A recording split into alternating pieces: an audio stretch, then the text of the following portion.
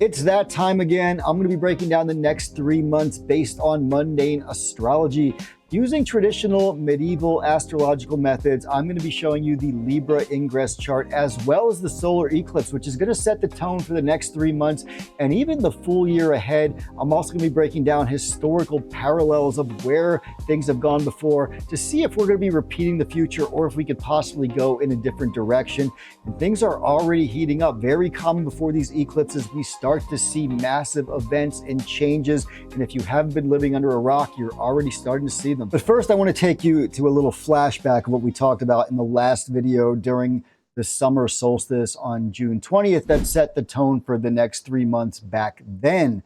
And I did talk about this. We had Saturn square Sun. We also had Saturn conjunct Neptune. So there was going to be a tightening, a restriction in some way of our rights. And I also mentioned Saturn Neptune propaganda. A lot of propaganda was going to be coming out. They are going to be trying to manipulate you and your opinions, especially with all of this in fiery Aries. We see very passionate, often misguided political causes. We see psyops happening from the government, whether or not you are on board a certain team, other side is being blamed on both sides, both ways. I see this happening more from one side than the other right now. So it is a very interesting moment in United States history where we're essentially seeing the repeat of history. Other countries have gone through this. This was, Germany in the 40s. We had the Reichstag fire event where this was used to capture institutions and eliminate obstacles and opposition and put restrictions on other political parties and speech and things of this nature.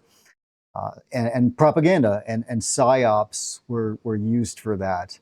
So we are seeing a similar theme. Also going back to this old chart, I did mention this, fear and possibly a major death would occur. And obviously with the Charlie Kirk incident that everyone is talking about, we have a similar theme happening there with this Mars in the 8th house up here that would have set the tone for those 3 months. A lot of fear. We were talking about the military more last time because that was kind of the theme of the day with the troops in the streets. So I honestly thought it would be maybe some kind of military assault gone wrong, but it appears that this turned more into a more individualized, personal event that they're trying to get people to associate with so they can really push this propaganda and psyop to pit people against one another. So eventually they can take control. I mean, that's all everything is all about. They balkanize, right? This is what all great authoritative governments have done throughout history. They balkanize their people, they pit them against one another, and then they implement new controls and measures. And I'm going to talk about what is coming and what I see and why that is even proven with the astrology. So first we'll look at this solar eclipse chart for September 21st. I have this set in Washington, D.C. So where this eclipse is occurring is going to be in the 9th, 10th house spectrum. In whole sign astrology, this is on the very edge of Virgo, late anaretic degree Virgo. And in quadrant houses, this would be more towards the 10th house. I did an overlay. I will show you that in a minute as well. So we're going to just assume this is kind of a 9th, 10th quadrant here. 9th house, law, education, foreign relations. 3rd house, local communications, social media. We have Saturn in the 3rd house of Pisces. Clarity. Pisces brings people together normally. It's a very, it's the emotional sign of, wanting to bring harmony between various groups. Pisces are very eclectic. They're looking for harmonies in diversity. And with Saturn there, it's putting limits on. It's also in the 3rd house. And the 3rd house represents our speech. It represents the way that we communicate with one another in shorter distances, while the 9th house represents those longer distances in foreign trades. The 3rd house would be more representative of the states, right? The 50 states in a local mundane reading like this. So we have restrictions. We have Saturn right here in the 3rd house of Pisces, bringing restrictions on speech, especially on intercommunication, something like social media, something like our commercial, our commerce, in a more states individualized sense. So we are going to be seeing more restrictions on that, with the sun, which represents the government, the higher government, the moon representing the people. This is a new moon, obviously. This is a solar eclipse. It's only a partial eclipse, though. I do want to make that clear. This is a partial eclipse. It's not actually visible from North America. Hence, in traditional astrology, the effects are not as profound. They're more underlying, right? So this is going to take themes that we're already carrying on in other areas of astrology, and it's going to make them thread throughout it. It's not going to be blatant. It's not going to be obvious, but it will thread. You know, it sows the thread throughout those other topics. So again, we are going to see this crackdown on speech, social media. There are likely going to be new laws laid out restricting that. We've already started to see that with the whole TikTok ban that has been off and on now for the past 2 years almost. So that's going to be a continuation of that, where social media companies are going to have to comply. Maybe the government will have to take some kind of a stake in them, a literal stake, so the government has more of a stake. But we're also going to be seeing these tech companies, as they're dividing and conquering, taking more of a control and a say in the government itself. And we already know that, you know, if you're if your intelligence is above lukewarm, that, you know, we have a problem with corporations controlling the government at this point. We live in what's called a plutocracy, ruled by the rich, the powerful, the corporate. And unfortunately, in the United States, politicians are easily bought and paid for, either through lobbying or other means, right? It doesn't matter. It's all the same thing. So a big crackdown on that, but also in foreign relations and foreign matters, with the sun and the moon up here in the 9th house of Virgo. You know, Virgo is going to be the house of, you know, it's an earthy sign, and Virgo is traditionally related with agriculture. It's traditionally related with health, with things that are accommodating to our everyday needs. So the sun and moon up here, you know, we're trying to work things out with foreign partners, and maybe things are going well, but then this Saturn is here and it's still hitting a roadblock. So I do feel like there's going to be efforts in that regard, but we're still hitting a lot of roadblocks. We could see more of a isolationary approach with this. I believe some countries have already started doing that, where they were refusing to send mail here or packages that were worth over a certain amount. So we may see a continuation of that in some way, but definitely there is an issue here with foreign relations, with all of this happening in the 9th house, opposing Saturn. But I do feel like it does improve slightly. These negotiations slow down, but it does improve slightly again, because this isn't this anaretic degree. And I'm going to look at this when we get to the actual Libra Ingress chart as well. So we're looking at 2 charts, right? The solar eclipse chart as well as the Libra Ingress chart itself. In traditional astrology, we always look at the new moon or the full moon immediately before the ingress. So either, you know, the equinox ingress or the solstice ingress. So this is the Libra equinox ingress. And this would be the new moon directly before it, which is a solstice, which is an eclipse in this case. Now, also with this, we have Mars at 29 Libra, and this is in the 10th house. We also have Mercury up here. So Mercury in Libra, I do expect there to be a lot of attempted negotiations. However, with this Mars in Libra being in detriment, you know, Mars doesn't do well in Libra. It acts out of emotion. It gets very defensive. So we're going to see a very defensive government, something that's lashing out. The 10th house is always going to be the house of public figures, of the government itself, and what they're doing, right? So there is this focus, because the ruler of the 10th is Libra, is in Libra is Venus, which is in the 9th house here. So there is a focus for the government to be focused on those foreign matters. However, you know, they're trying here with Mercury, they're trying to communicate, they're trying to work things out. Is it going to go well? Questionable. I feel like there are efforts made here, but with this Saturn opposition, it's still very difficult because we have a leader represented by the sun, which becomes very authoritative. The Saturn, sun is going to be authority, but usually it's genuine authority. It's very good and regal authority. And opposing Saturn, it makes it more authoritative. It makes it more self-serving. It makes it more concerned only with what it can get in the moment. So that is going to put some issues in that regard. Now, we also have, though, again, Mercury, I feel like, is going to be helping. This could be help from the courts. So there may be certain limitations that come in here. Generally, Mercury in Libra is a very good indicator of the court system working. But I feel like the courts go into overtime here to try to work out the legality of exactly what can be done and what cannot be done.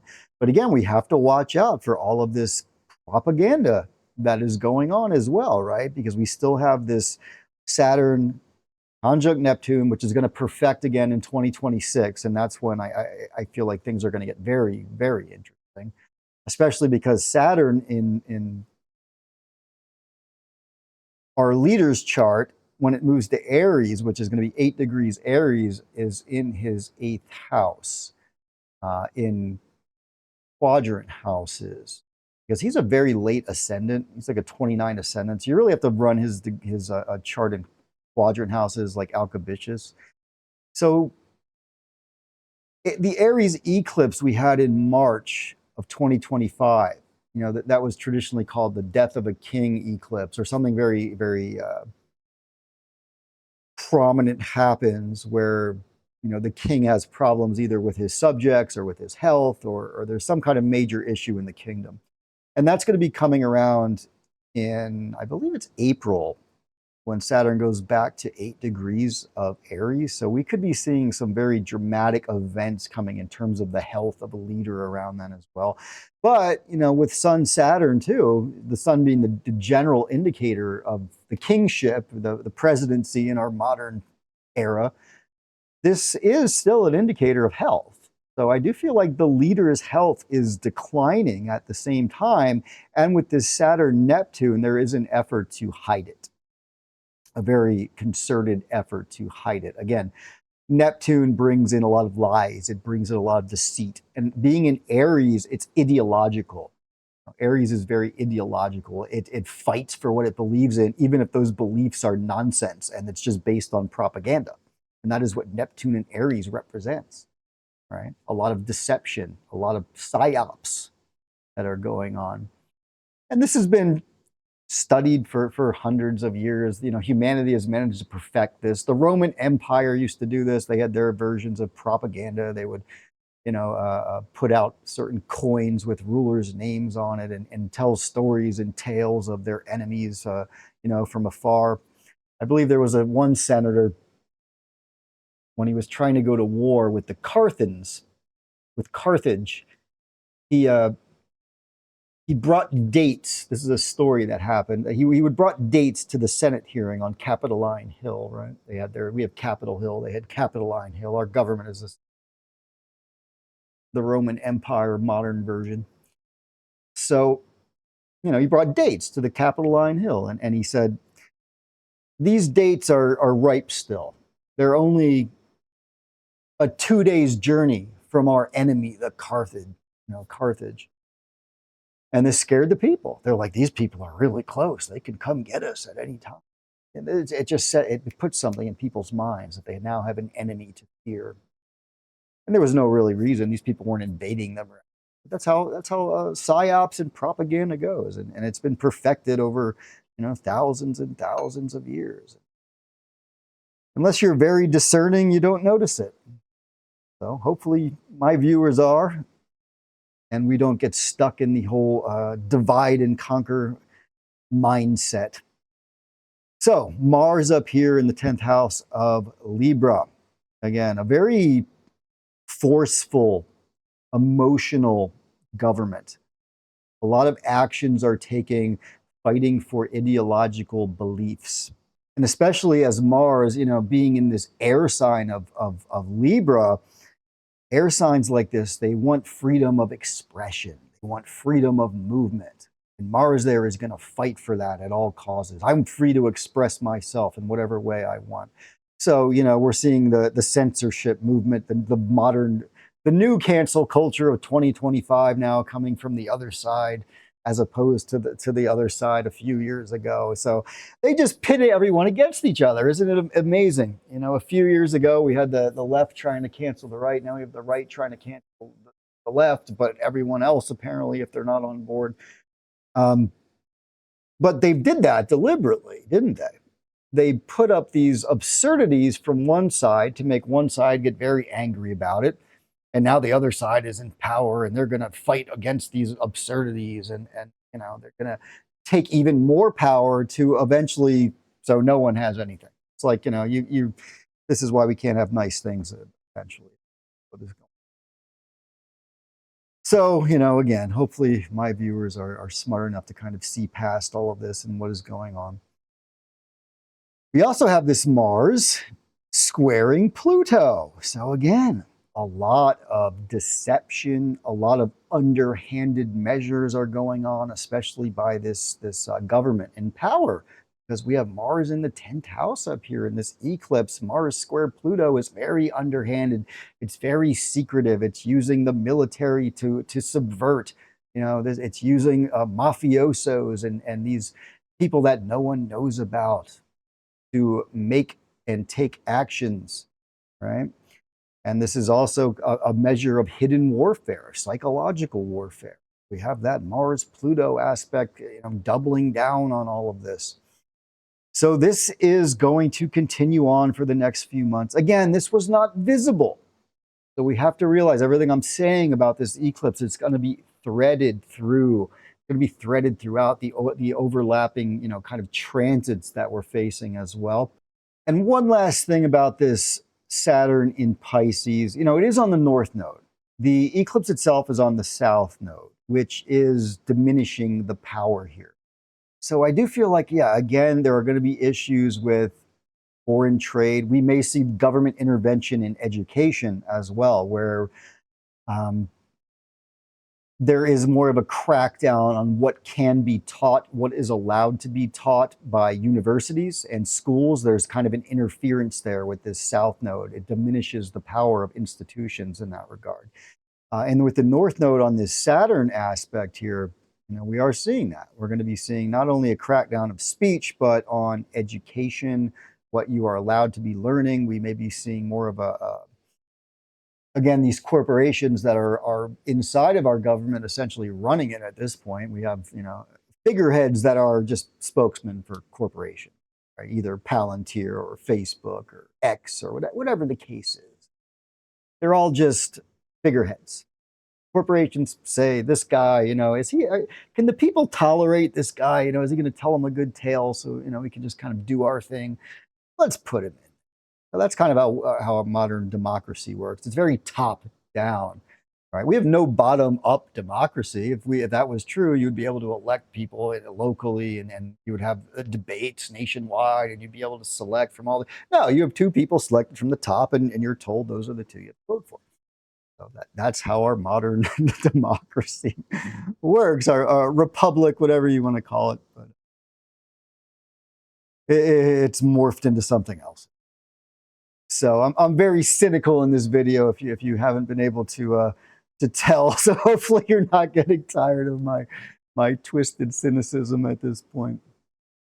All right, let's break it down and move more into the Libra ingress itself. So for the Libra ingress itself, on September 22nd, again, I ran this in whole sign houses. However, because the ascendant is so late here and the midheaven is really in this later degree of Libra, it really crunches in the first through the 10th house. So I'm going to make this actually a quadrant house overlay.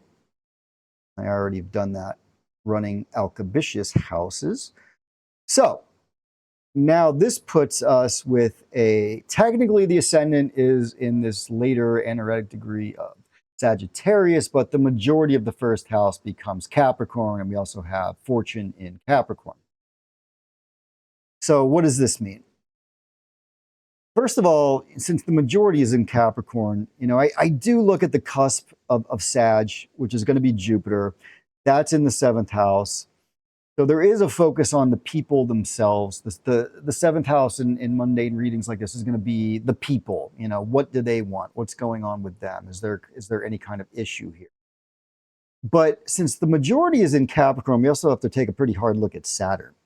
And Saturn is in Pisces. Again, this is the 3rd house. It is a decline house. Decline houses are weak in mundane astrology.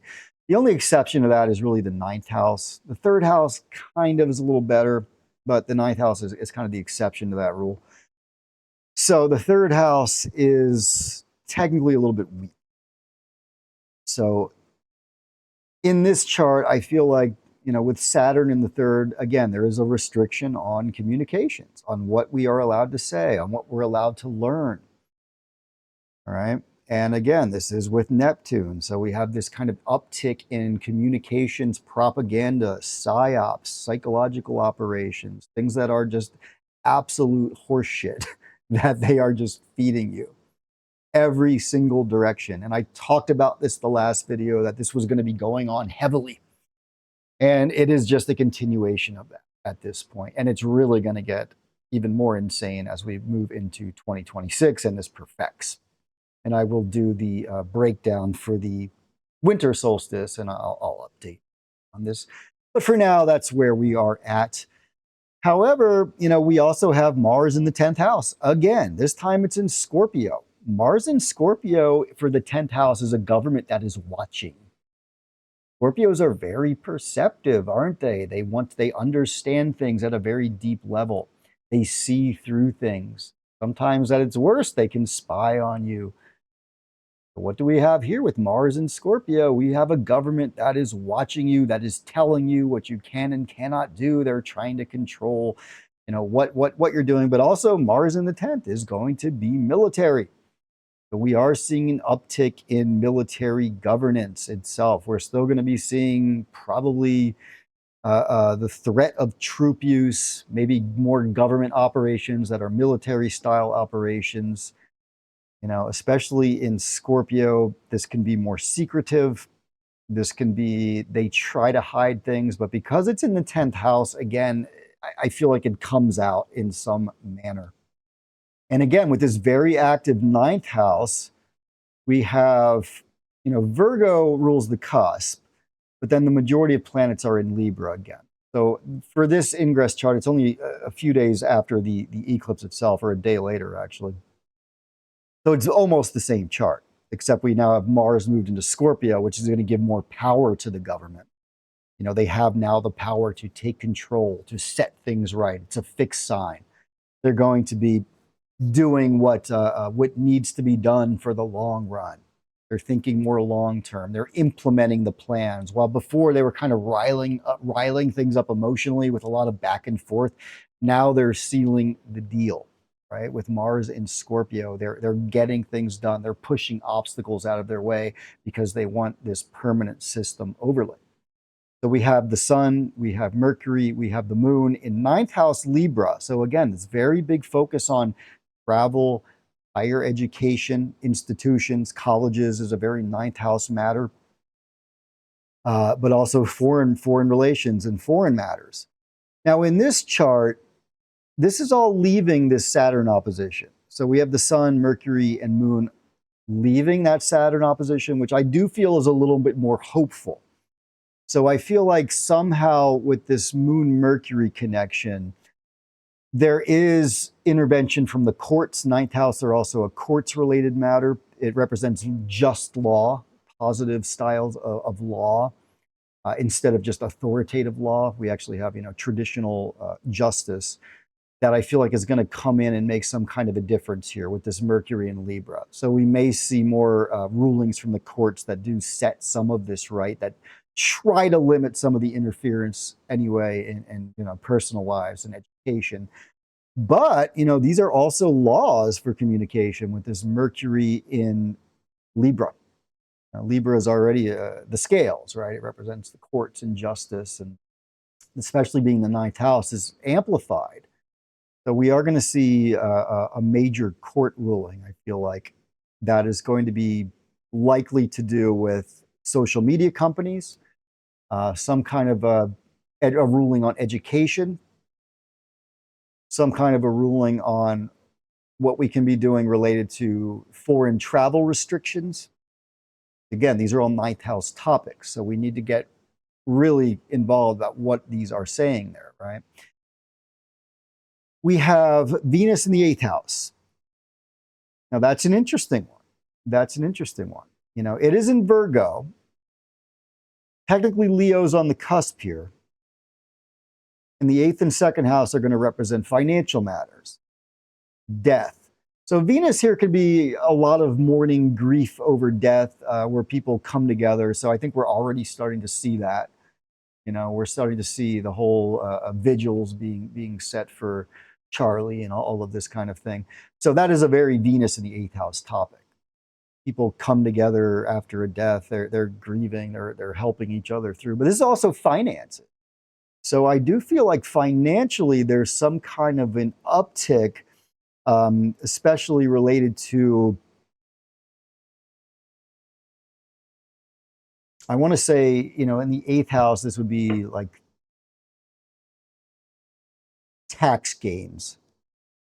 But again, I'm not saying it's very heavy, but I do feel like there will be some kind of a benefit. At the same time, I'm going to show you in a few minutes exactly what the history is going to show with these charts.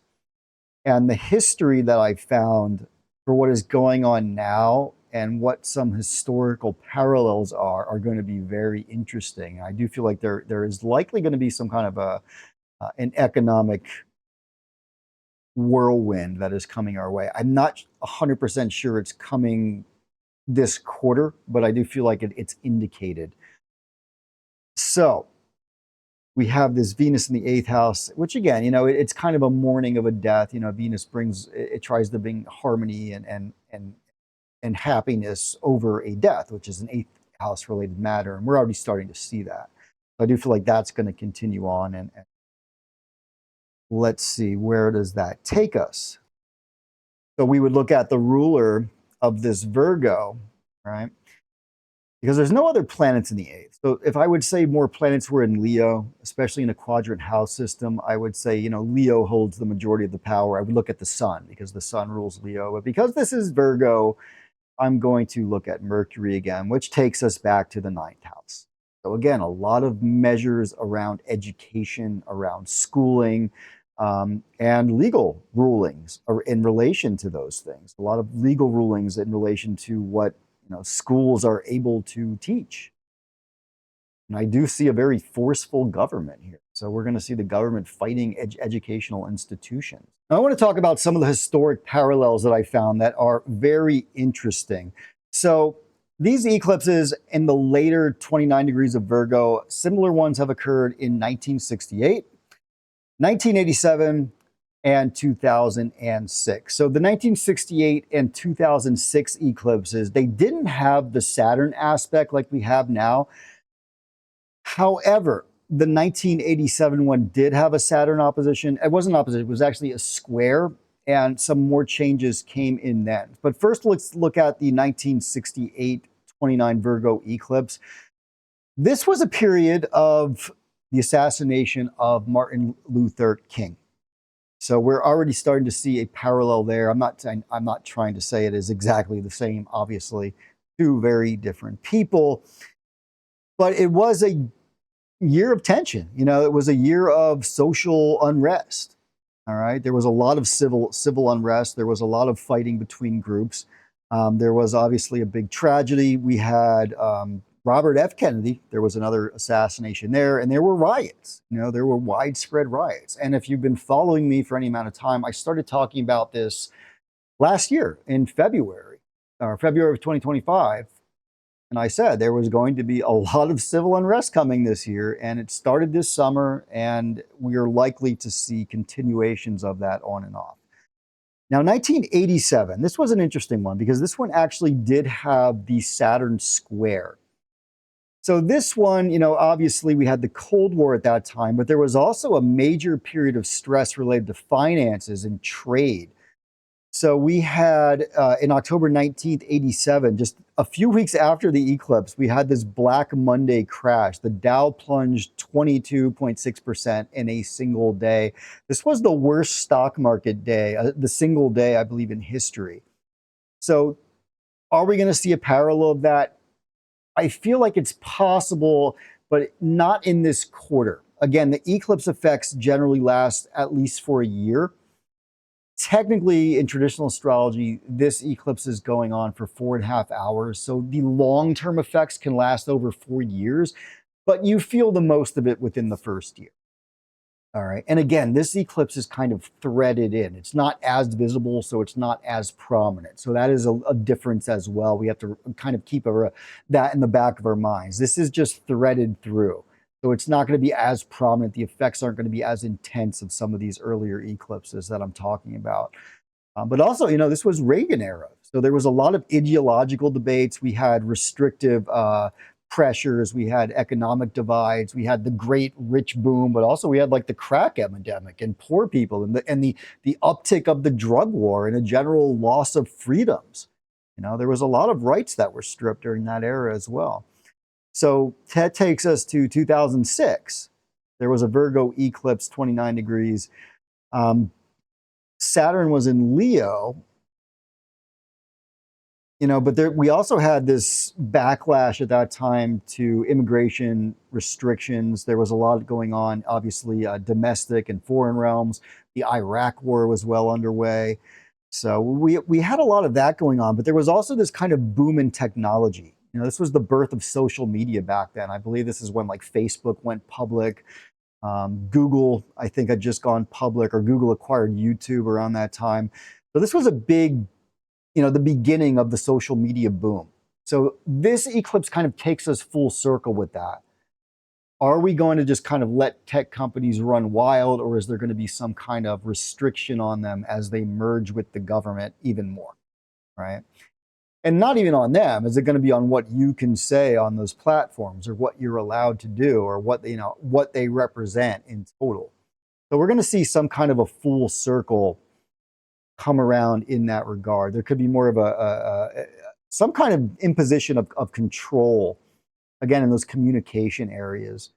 And just taking us to our current eclipse here, this one is going to kind of combine these things. It's going to bring them full circle. It brings in this reality check of these third house matters and ninth house matters, which are highly to do with communication. So likely some kind of regulations or restrictions are made. Educational matters are going to come up as well. Foreign policy matters and trade matters are going to be very much in focus. But again, the whole misinformation, quote unquote, thing is going to be highly restricted. I feel like the government is going to get involved. And this is already what happens in China. You're not allowed to say certain things on social media. And we already kind of have that happening now, where people are threatening to get people fired, and you can lose your job if you say something bad. And that was going on one side of the aisle before. Now it's happening on the other side too. So we're going to have this coming from all directions. They're having you do it to one another, so they don't even have to do it. Now they have you basically cheering for it. And that's how these things go. This is a form of trauma-based mind control. This is problem, reaction, solution, right? Bring in a problem, get the expected reaction, because now we have the people actually wanting the solution we already had there ready for. So, we are going to see probably our society become very much like the Chinese society in terms of what we are allowed to say ultimately. No one can have nice things. Again, I'm not saying China's a bad society. I think it's actually much nicer than ours in regards, but there are severe limitations on expression. So there's going to be this kind of push for knowledge on who can say what. Now, an interesting quote I also found from William Lilly. William Lilly was a very famous Renaissance-based astrologer. He did base a lot of his astrology on the medieval system and more traditional systems. He wrote, if an eclipse is heavily afflicted by Saturn, it premonitions of high controversies amongst the nobility and great detriment in their estates, sowing discord and hardship in the realms of government and wealth. So we are going to see, again, information may come out more about this whole Epstein scandal. There are going to be the government, the aristocracy, kind of going at each other, exposing each other. They're going to make one side hate each other more. And reputationally, I feel like it's speaking of ruin of reputation, right? High controversies amongst the nobilities. So that is very likely to occur as well on both sides of the aisle as these people try to rip each other apart to ultimately get you all fighting each other at the same time. So you can request new restrictions on what we are allowed to do and what not allowed to do. So we're kind of in the midst of this throw, historically. There were similar aspects going on, obviously, in 1930s Germany. We had late 1930s Germany. We had this buildup of the authoritarian regime, before ultimately it ends in conflict and then resolution after that. And that will be where we end up. It is very likely that we are entering a period of major civil unrest over the next, probably 5-6 years minimum, that will break down into some kind of conflict. Again, whether that is a hot conflict or whether that is a more technological based conflict where you are, you're not allowed to do things. You basically get outcast from society in certain ways. And I will break that down more in future videos. This is kind of outside of the depth of this little 3-month window that I'm going through now. But in general, we are entering a period of conflict, and that is going to be spoken for by Uranus in Gemini, Pluto in Aquarius, and Neptune in Aries. All three of these in these signs have historically brought war, especially those outer planets, which are outside the scope of kind of a traditional medieval astrology. But in modern times, based on what we know about them, yes, those outer planets, when they come around like that, there are major issues. So here we have the Libra Ingress. I just made some notes here for this, going back to Bonatti and Ramsey.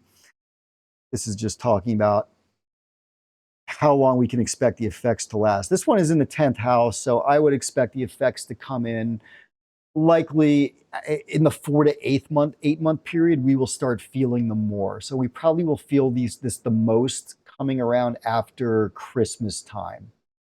I would imagine more towards January, we'll really start to feel the effects of this, especially with the new laws being passed, possibly limiting speech, what you're allowed to say, new hate speech kind of laws, which they're already floating, and challenges to the court, by the courts and all this. So I'm not saying it's going to happen like full blown, everything's going to happen at once. No, I mean, we are going to see challenges by the courts. At least we still have somewhat of a checks and balance system, I don't know how well it works anymore. I'm very cynical about it, but that is where we are at. And, with the Sun and Mercury in Libra during this ingress, again, Mercury there is more of a focus on the national direction, on communications, on what the government says and what they say you are allowed to say.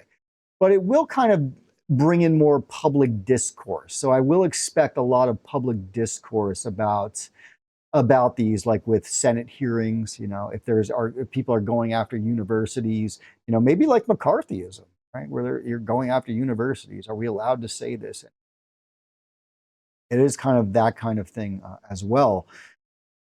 But, being in Libra, it generally is more fair overall. So the downside with that is it could end up in indecision, right? Because they try to kind of placate both sides. And so there could just be indecision by the courts as this kind of all goes on around them, and they just let it happen, right? So that is also a possibility there with Libra. Saturn, we already talked about with Neptune, with all the propaganda and the psyops. And then we have 3rd house, 9th house themes, which I largely hit on. Government and public. Let's talk a little about the outer planets because I didn't talk about them in this video yet.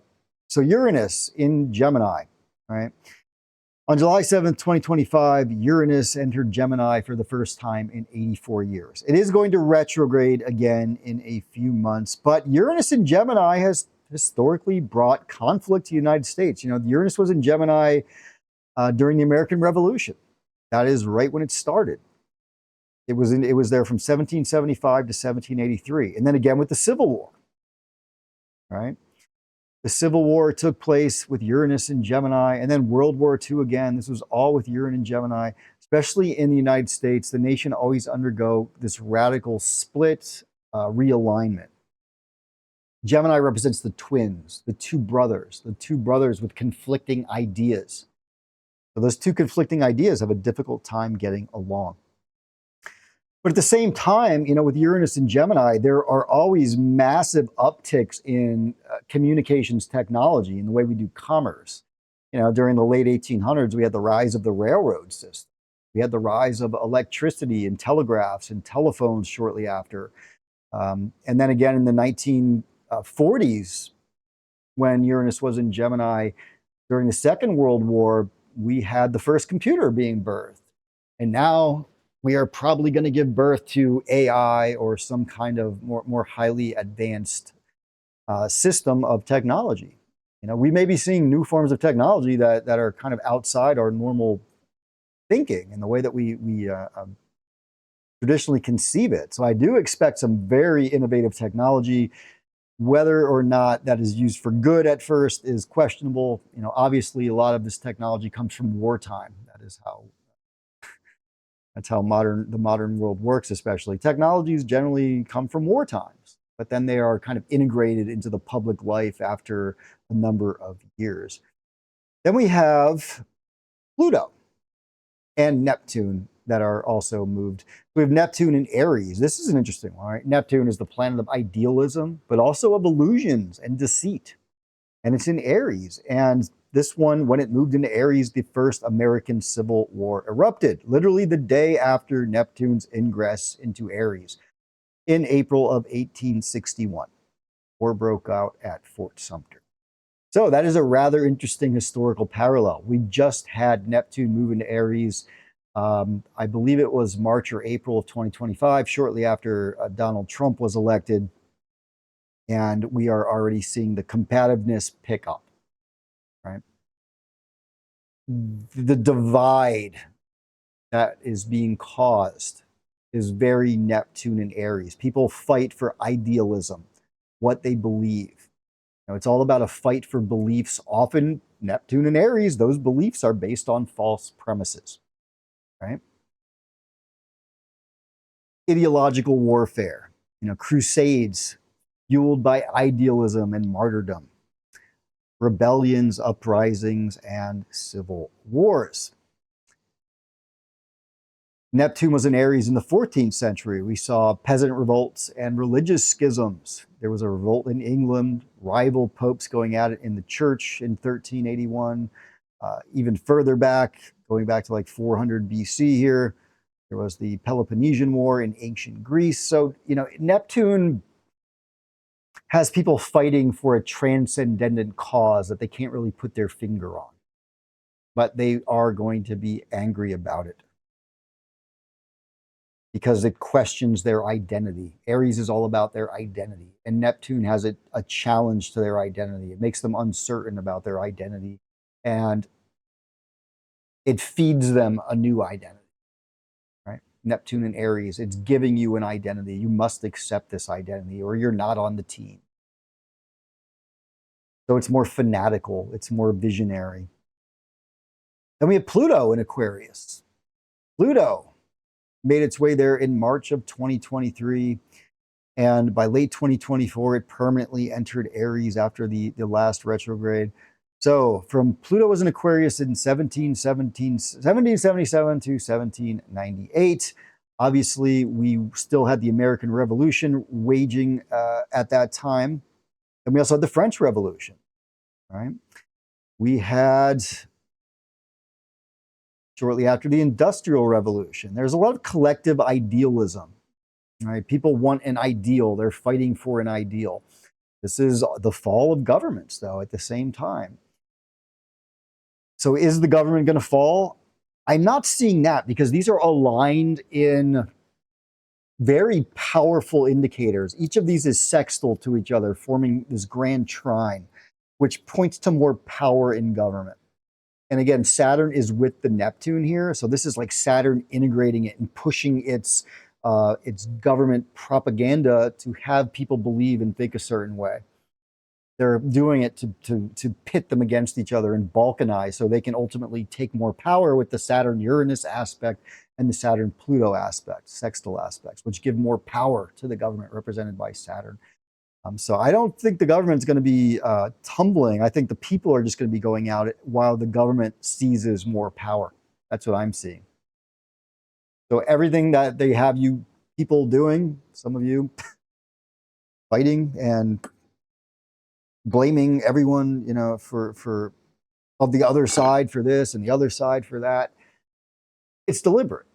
They want you to do this because they are seizing power at the same time. Saturn, Pluto, a very strong government that is a warlike government that does things surreptitiously, that sneakily takes power, that hoards power. Saturn-Uranus sextile, a government that thrives on new innovations and that expands itself and puts new technologies and implements new technologies into their government system. So likely AI or something similar is going to be integrated. We're going to see AI coming up as teaching tools. Maybe AI governs what we're allowed to say on social media sites, all these kinds of things. Maybe we're going to have the whole digital ID thing coming in, which I would not doubt is in the works. We need digital IDs to track what everyone is saying on the internet to keep everyone safe, right? We don't want more mass shooters. We don't want more executions. We need government digital IDs so we can track these extremists online and yada, yada, yada. So we have the government taking more power. Is that going to last? Well, we shall see in a few years. This, again, we're kind of at the peak of the authoritativeness with the cycle. But is that going to last? That's questionable. That's questionable. So again, the traditional timing, more of this is going to be happening over the next year, with the uptick being in 4 to 8 months. The full effects over the next 4 years for the eclipse, but again, very light, kind of just woven through. So all this that I'm saying, it will just kind of be an underlying theme, just be weaving through very subtly over politics, where things are. So that is what I have for you guys today. Generally, a lot of big laws, definitely a reckoning for media companies, what you're allowed to say. Oh, I believe we're already starting to see that. That actually just happened, yesterday? They're getting people taken off air, off traditional media, like television media. No one even watches anymore. But they're just showing their force and what they can do by pulling people's licenses or threatening to pull them if you don't toe a certain line or whatever. Regardless of whether you like what the guy said or not. Like, I don't even think these people are funny on late night TV. I never watch them. But if you don't like it, you have a button. You can just turn it off. So. But we're going to lose that as well. Now, only approved propaganda. Tolerated. So, how long will I be able to stay up here and say this stuff? Probably not very long. I say it all with a lot of cynicism and humor. So, to our dear lords in government, I'm just a humble man. Take me for what I am. I'm not worthy. All right, y'all. I do hope you have a fantastic rest of the month and a rest of the next 3 months as well. Enjoy it for I'm sure there will be some wonderful parts coming for you individually, personally. Again, this is mundane astrology. This is for the nation as a whole. Your individual threads will be much different, the way that this affects you. It's interesting. You notice how some societies that aren't technologically adept, they don't notice all of this stuff that's going on. None of this affects them. All you have to do is turn it off and you won't even notice it. Do we do that though? Maybe we're a little bit addicted to this technology. Maybe a few restrictions wouldn't be bad. Maybe they should put time limits on our phones, right? You're only allowed to do 2 hours a day. That's it. People are glued to these things. It's not good for you. All right, everybody. I hope you have a fantastic rest of the month. Talk to you later.